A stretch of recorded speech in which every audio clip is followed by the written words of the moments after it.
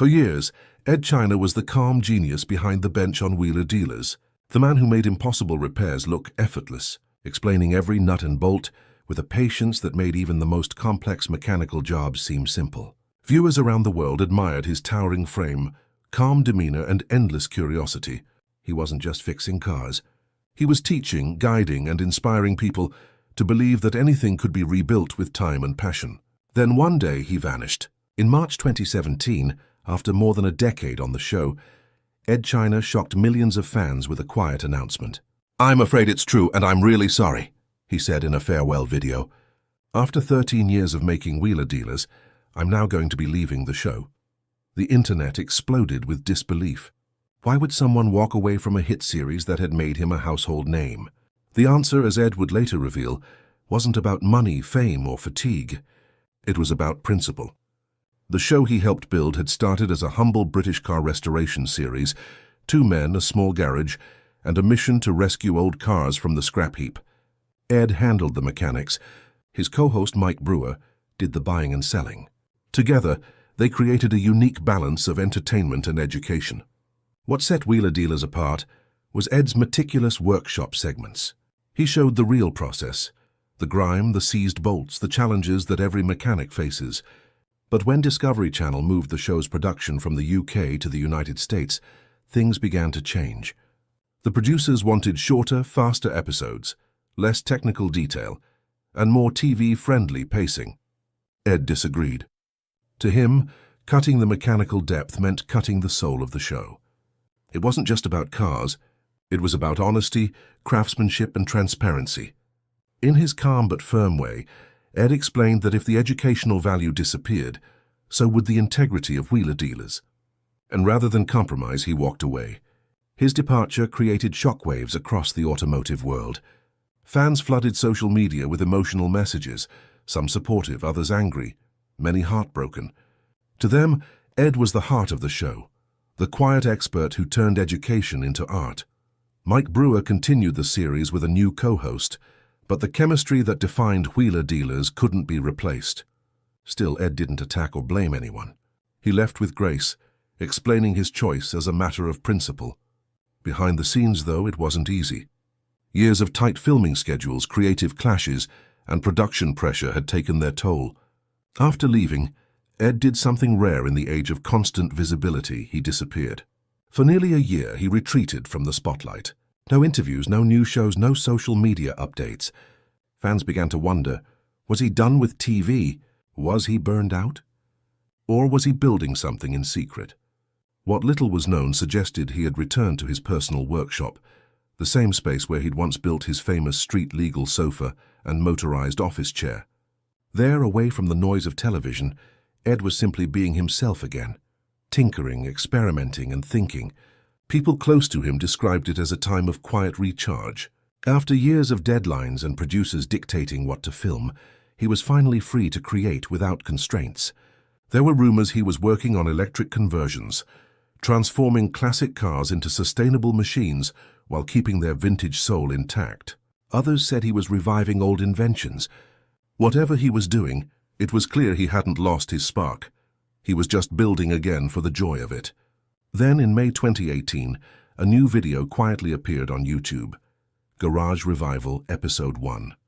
No hype, no flashy trailer, just Ed, a camera, and a dusty old Volkswagen Golf.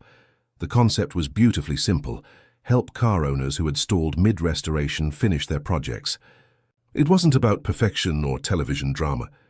It was about real people, real garages, and real repairs.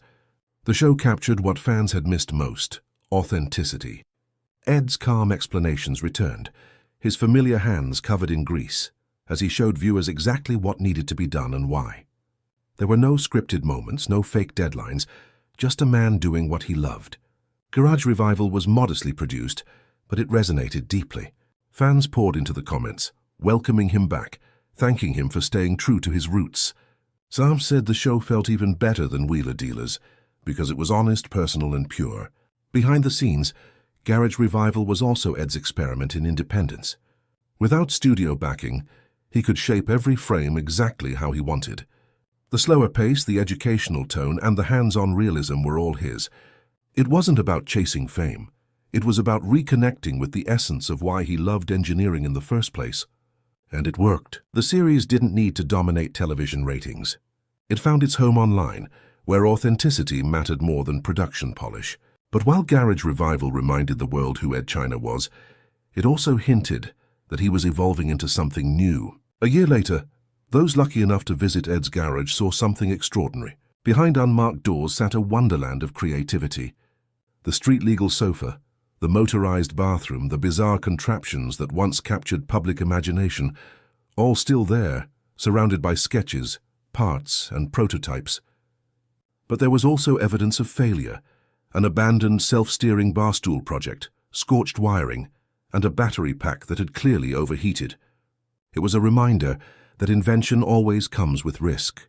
For Ed, though, these failures weren't defeats. They were experiments. Every burned wire, every broken circuit was part of the learning curve.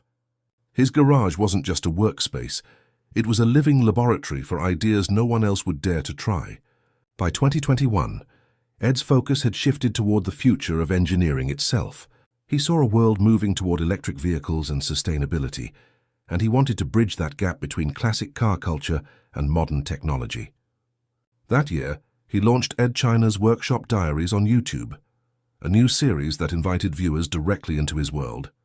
Each episode featured him working on his own projects, restoring engines, experimenting with EV conversions, or explaining the science behind innovative systems.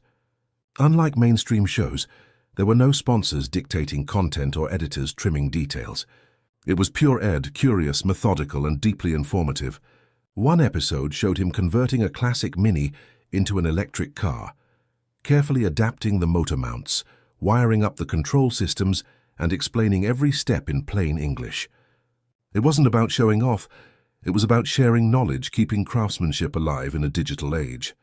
The beauty of Workshop Diaries was in its honesty. It didn't rush. It didn't try to entertain with artificial stakes. Instead, it invited the audience to slow down, learn, and appreciate the process. The comments were filled with gratitude from fans who felt they were back in the workshop with an old friend. For many, it wasn't just about cars anymore. It was about reconnecting with a lost sense of patience and creativity.